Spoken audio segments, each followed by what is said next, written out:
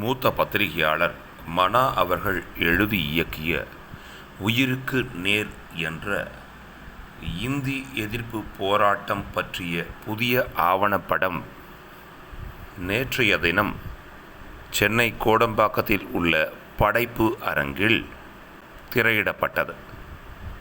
அந்த திரையிடலில் கவிஞர் அமுதபாரதி தனது பள்ளிக்கால ஹிந்தி எதிர்ப்பு போராட்டத்தை நினைவு கூர்ந்தார்.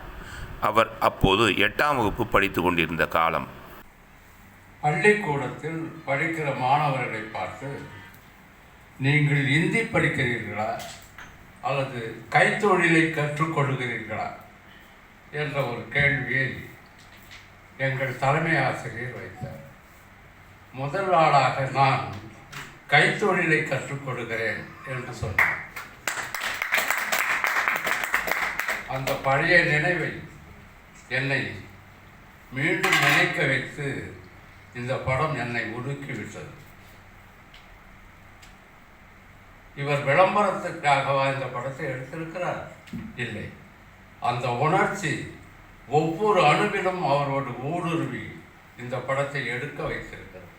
அதற்காக நான் பாராட்டுகிறேன். மொழியை இழந்தவன் விழியை இழந்தவனை விடவும் கேவலமாக மாறிப்போவான்.